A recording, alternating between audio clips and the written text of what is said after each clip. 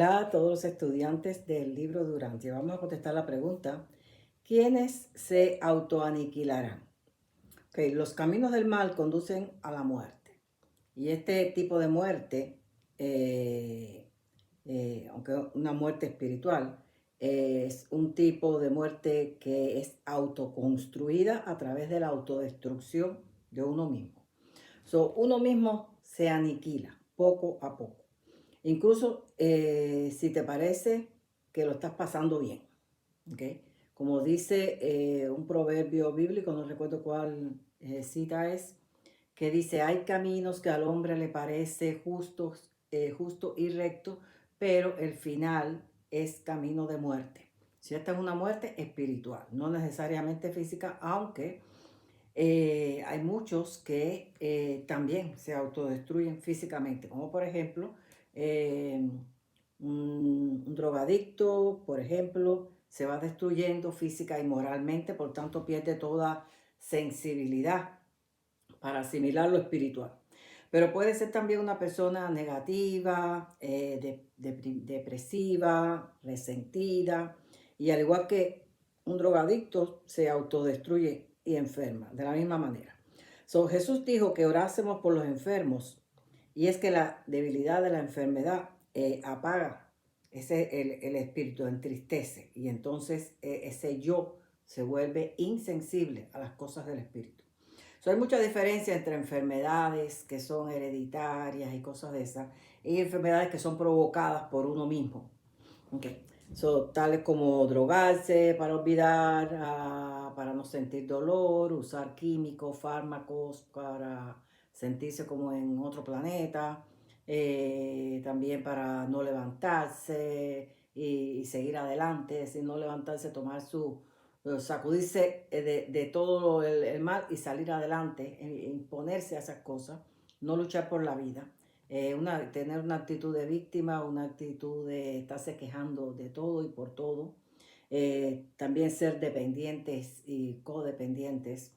Y toda esta actitud negativa estanca el crecimiento del alma, enferma eventualmente el cuerpo. Nadie te está haciendo daño. Te culpan a Dios, culpan al otro, al vecino, no. Uno mismo es el que se está autoaniquilando con esa actitud, permitiéndolo y no tomando decisiones sabias. El que llega al tercer círculo de ascensión aquí en la tierra resucitará el tercer día. Pero si es alguien que sí, que tienes fe en Dios, no es que estés haciendo mal, pero tampoco no te estás ocupando de buscar el crecimiento del alma, entonces es posible que al morir tengas que estar dormido una era antes de resucitar, ¿ok? Si no has alcanzado ese nivel espiritual, ¿ok? Durante ese tiempo del sueño no ocurre nada, estás dormido, no sientes nada, ¿ok? Pero el que vivió en la iniquidad y no fue salvo es trasladado inmediatamente a un mundo prisión, no duerme. Mundo prisión, no es que es una cárcel, es un mundo donde nada más que están esas personas ahí viviendo. ¿Okay? Entonces, allí vivirás autoaniquilándote mediante el olvido exterior, el olvido de lo que está, del planeta de donde hayas procedido, ¿no? El olvido exterior. El juicio yo no creo que sea inmediato, pero aun cuando lo sea inmediato, sea dentro de un tiempo, de todas formas, eh, creo que esto se queda en el proceso de autoaniquilamiento, autoaniquilación. No es que te tiran en un lago de fuego y ahí vas a estar ardiendo eternamente como enseñan, ¿no? Esas creencias primitivas que han sido trasladadas al cristianismo para sembrar temor.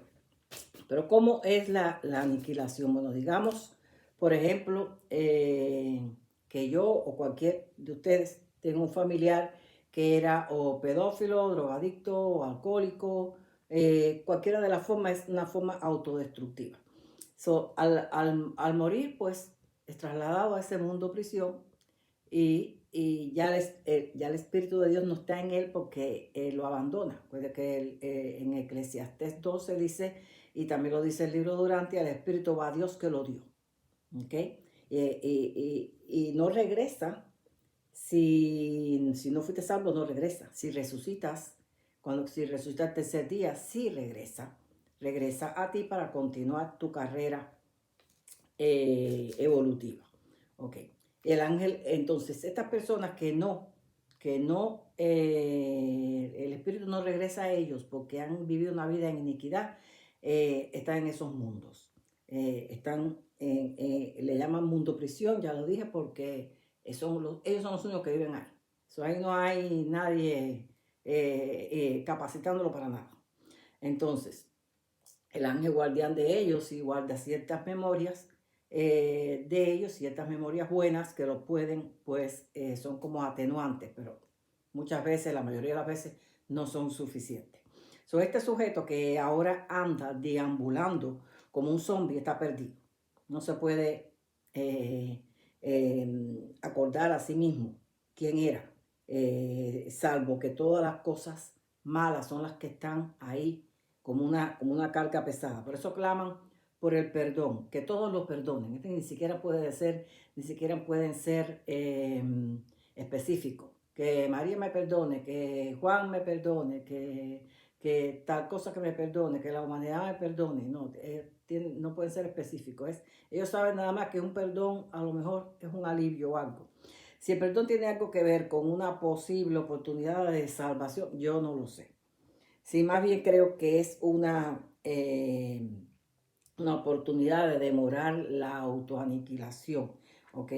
Esa autoaniquilación progresiva. O entre ellos tendrán quizás otro tipo de creencia. ¿O será que los síntomas de la autoextinción serán no muy agradables? O que solo el perdón los alivia un poco, no lo sé. Muchos de ellos tendrán familia y amistad que quizás no lo han perdonado de corazón. Al menos mientras vivan, lo recordarán, ¿no? Y si se salvaron sus almas al morir y resucitar, toda la bestia será despojada de la mente de los hijos de Dios y no recordarán daño, ¿ok? Pero mientras vivan aquí en la tierra, recordarán a ese familiar perdido, ya sea con amor, con lástima, con odio, con resentimiento, pero este recuerdo en sí mantiene con cierta energía de vida a ese familiar inicuo. Pero esos conocidos algún día morirán y se salvarán esas cosas que no son es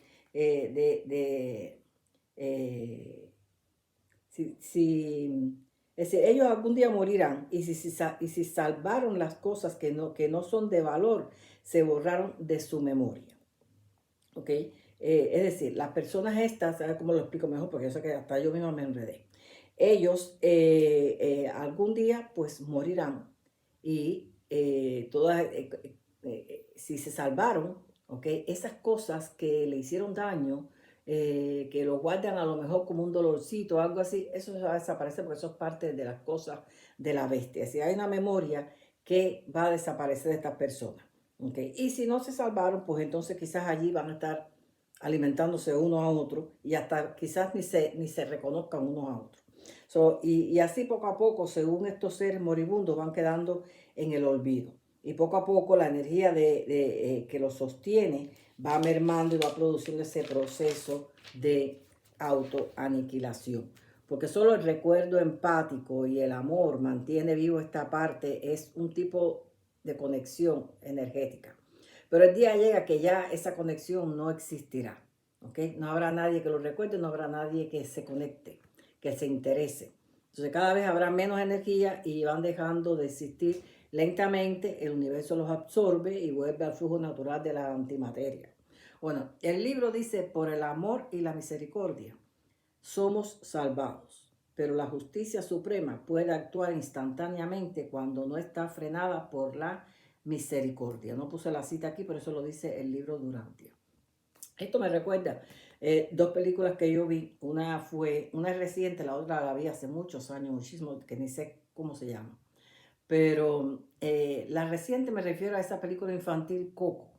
No sé si ustedes la habrán visto, esa escena cuando casi en el final que están en el más allá, en el cielo supuestamente, y el cielo está dividido entre los buenos y los malos. Y Héctor va a ver a un amigo a la parte de los malos y a pedirle una guitarra.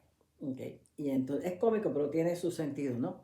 Esto va a ese mundo de los malos a pedirle la guitarra a su amigo para una competencia que va a tener el niño que, no me acuerdo su nombre, que anda con él. Y entonces Héctor está buscando que lo recuerden, está buscando que esto está ayudando a este niño para que el niño lo ayude a que lo recuerde, para no llegar a la extinción. Pero en el proceso de él está pidiéndole la guitarra y tocándole una canción con la guitarra, este amigo se extingue. Si ustedes pueden ver la escena esa, que es un poquito así, algo así parecido. La otra película fue una película que vi hace muchos años de un hombre que se fue consumiendo poquito a poco, muy chiquitico, muy chiquitico. Vivía en su casa, él tenía su familia, pero él se fue, ya era tan minúsculo, tan infinitamente pequeñito que nadie lo veía, y con el tiempo todo el mundo lo olvidó. Y hasta un día él cayó no sé, con una ropa que llevaron para el sótano y se cayó allá abajo y allá tuvo tremendas peleas con los insectos, qué sé yo, pero era constantemente que él gritaba y nadie lo escuchaba. Hay otra película parecida de pelea, pero no tiene nada que ver con eso. Y parece que para mí que le copiaron a este para hacer la otra película. El caso fue que estando en el sótano, él ve un rayito de sol por una rendija y trata de escaparse por ahí. Entonces cuando se escapa por ahí, yo pienso que a lo mejor va a haber algún milagro, va a pasar algo. La verdad que fue una película que me desilusionó hace ya como 30 años que la vi. Y cuando yo hice, y entonces sale como un mensaje donde dice que se llegó a formar parte del universo como una partícula de materia, que sé yo cuándo. A mí me desilusionó por completo. Pero bueno, a lo mejor fue que yo en su momento, como la vi hace ya como 30 años, no la entendí. A lo mejor tenía un mensaje, pero ni sé cómo se llama ni para volverla a ver. Así que vamos a entrar ahora en las autoaniquilaciones colectivas. Yo pienso que a lo mejor lo que pasó en Sodoma y Gomorra fue una autoaniquilación colectiva. Pero ya sabemos que durante el cautiverio babilónico de los judíos, ellos modificaron las escrituras para ganarse el respeto de los reyes babilónicos y hoy día pues se han olvidado su propia historia. El mundo ha heredado ese misticismo, ¿no? Esa fantasía judía hasta el punto de endiosarlo y santificarlo como la niña de los ojos de Dios. Y Dios no tiene favorito. Esa es la verdad. Y esa es la verdad que uno aquí en esta tierra hay que acabar de aprender, que Dios no tiene favoritos. Y creo que es hora de abrir los ojos, porque la bestia tiene a todo el mundo engañado con esta mentira de la Biblia. ¿Okay? Israel está dividido en dos. Son los judíos genuinos que se rigen por la Torá, son gente buena, gente que creen en Dios, pero son gente que creen a la antigua, a la judío, la forma en que ellos piensan, no precisamente en Jesús ni nada de eso, no como cristianos. Y los judíos, el otro grupo, que es un grupo que se hace pasar también por judío, ¿okay? Y que son los judíos házaros. ¿Sí? Se hacen pasar por judíos genuinos, y solo se aprovechan de esa creencia judía para aprovecharse de que el cristianismo ha tomado también esa herencia judía y el cristianismo está por todo el mundo, ¿ok? Para que ayuden a Israel, pobrecito, porque es el pueblo escogido, es el pueblo de Dios, el pueblo elegido. Pero la ayuda cristiana llega entonces a esas arcas falsas, házaras, ¿ok? No a esos judíos reales, genuinos, que no te están pidiendo nada, ¿ok? Nadie puede imaginar la risa de estas élites mirando a los cristianos cómo donan a estas arcas falsas judías que le están donando a la bestia. Por eso dice hasta los elegidos van a ser engañados. Incluso el Vaticano es manejado por estos falsos judíos házaros, apóstatas, apoyando ese cristianismo. El sionismo es antijudío. ¿Okay? El sionismo es antijudío, es elitista. Y es por esa ignorancia el cristianismo santifica mucho a Israel, porque no conoce la verdadera historia. Porque en las iglesias le han enseñado que Israel es el pueblo elegido de Dios, es la tierra santa y que allí Jesús regresará para reinar eternamente. Y han cristalizado estas creencias, volviendo entonces a crear ese ciclo de estancamiento del cual no acabamos de salir. Ok, vamos a volver entonces ahora a Sodoma y Gomorra. Dice el Génesis 14:10, se habla de que esta zona de Sodoma y Gomorra está encima de una caldera volcánica. Dice pozos de asfalto debajo de piedras de sal y más abajo volcánicas. Eso habla de que en una guerra fueron tragados ellos por eso.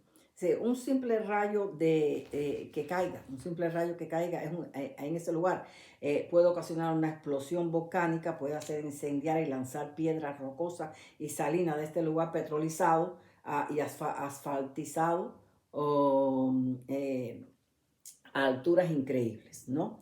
Edom, que es esta área mencionada, está al sur del Mar Muerto. El Mar Muerto era conocido por Sodomorum Locus, también conocido como el lago de Asfaltitis. De vez en cuando emergen manchas de petróleo allí. Así que Sodoma y Gomorra era un valle que contenía o contiene un pozo de petróleo. Hoy es un mar salado que contiene sulfuro y azufre. La huida de este lugar y sus leyendas no era necesariamente lo que dice la Biblia, porque ya sabemos que la historia fue mistificada como todas las del Antiguo Testamento. Era la forma judía de hacerse respetar por los diferentes cautiverios, el egipcio, el babilónico, el romano y el reciente es el Házaro, que después le voy a decir por qué. Entonces, en aquel tiempo, toda catástrofe se le culpaba a Dios, queriendo castigar al hombre.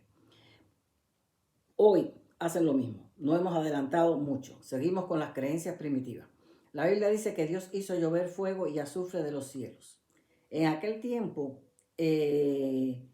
podían entender ellos lo que era una caldera volcánica, no lo sabemos. ¿Okay? El caso es que fue una destrucción casi atómica y las piedras de sal volaban.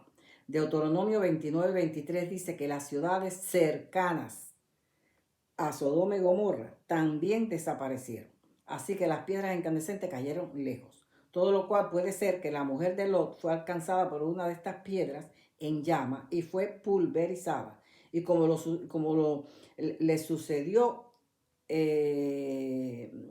como le sucedió a estas, no sé si ustedes han visto lo que pasó con el volcán de Pompeya, esas personas que fueron pulverizadas con las llamas del volcán. Y entonces, al ser conocido este lugar, hablando de los Sodoma y Gomorra, al ser conocido este lugar por los grandes bloques de sal que allí hay, se les ocurrió decir que la convirtió en un bloque de sal. ¿Okay? Yo desde que conozco al Señor, en una forma tan personal, me he dado cuenta que la vida es tan sencilla y tan objetiva, que ya no creo en ninguna historia vana, ni tanto misticismo, ni tanta cosa. Es bien sencilla, es bien sencilla. ¿Ok?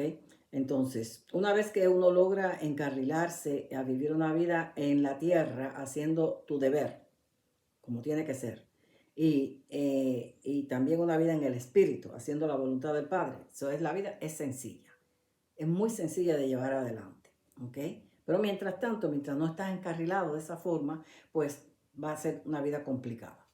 Toda una era no ha podido liberarse de estas creencias primitivas. Y esa complicación ancestral religiosa es lo que nos mantiene en esas guerras y estos estancamientos. Y solo porque la contaron los judíos, la modificaron la historia, han hecho un daño que nadie se puede imaginar. Y los pocos que se atrevieron a llevar el mensaje de Micael, se atrevieron a mezclarla, todo ese misticismo, mezclarla con las creencias, todas esas creencias limitantes, mezclarla con el cristianismo, todo lo cual impide el crecimiento espiritual.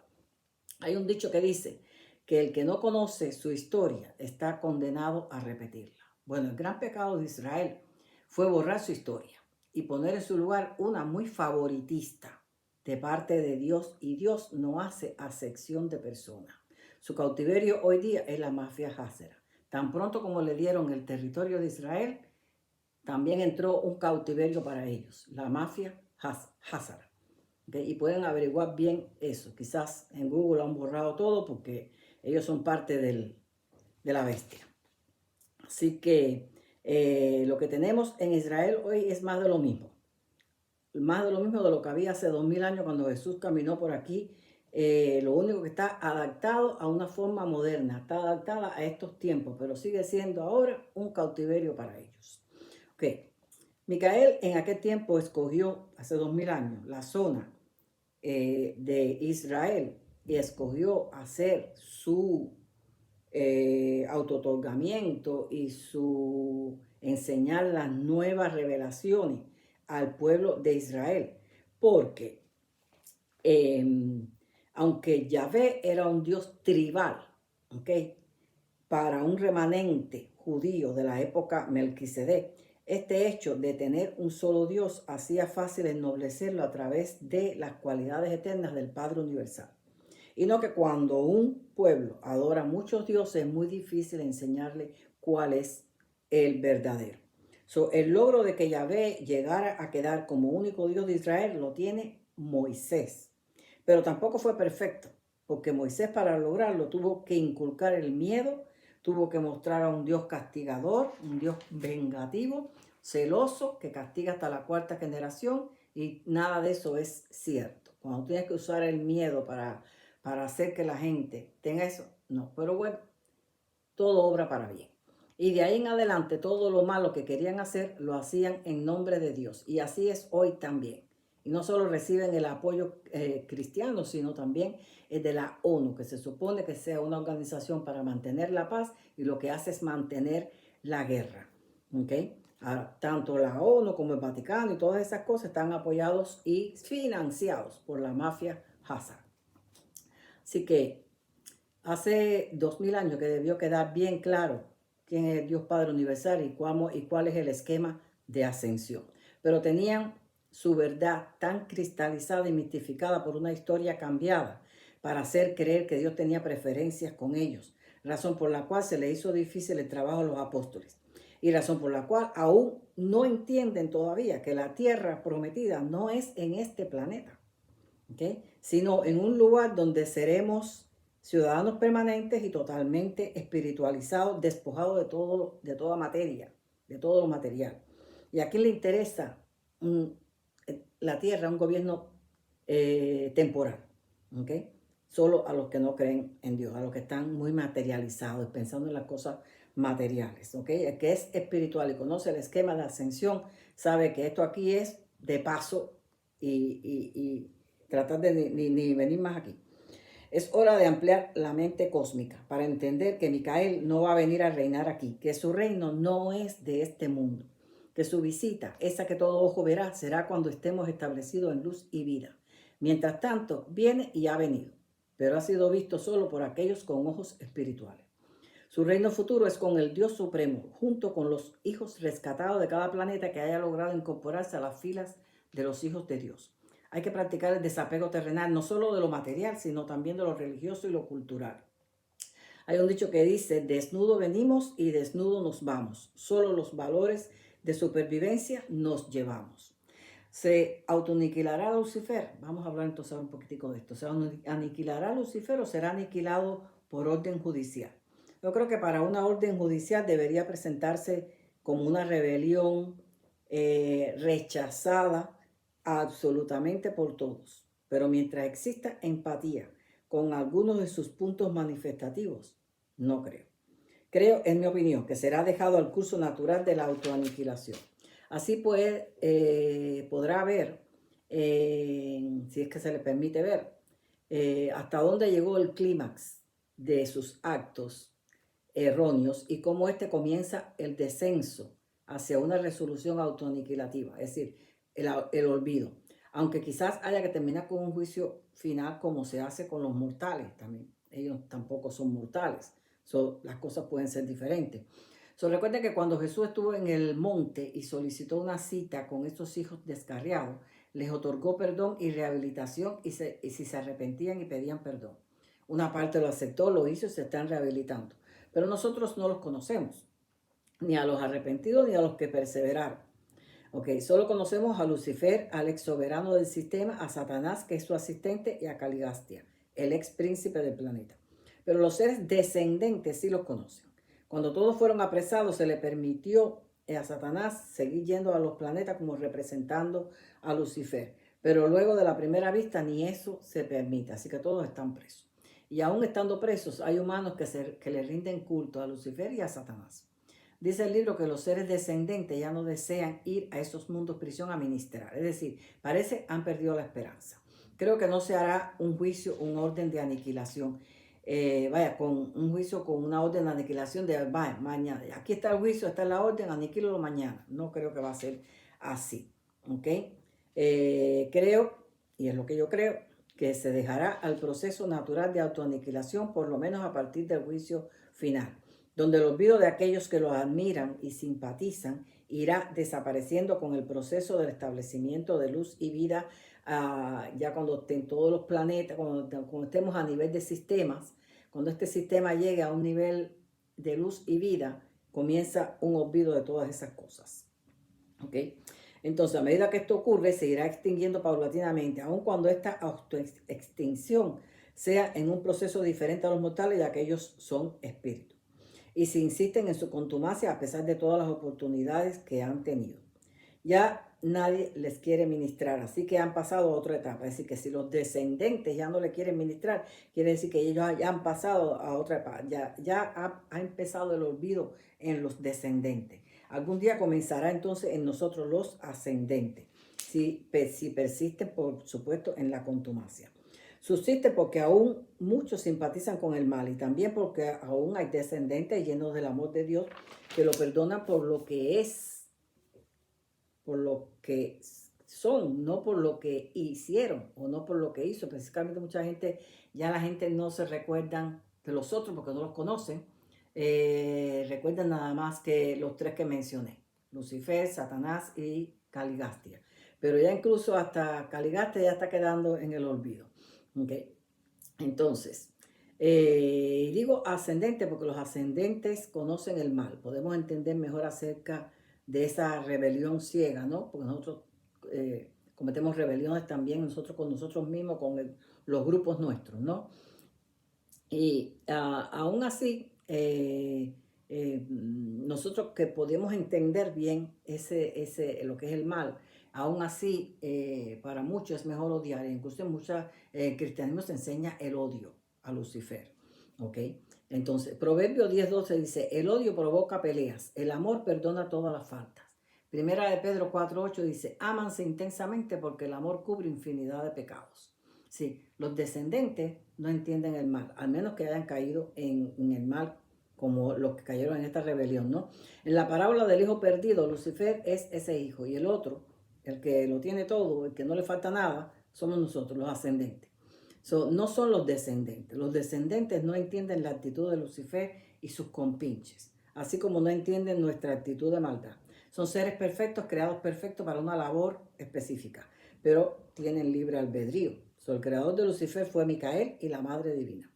Como vamos a ver cómo en un estado de luz y vida puede provocar ese olvido de Lucifer y autoextinguirse, ¿no?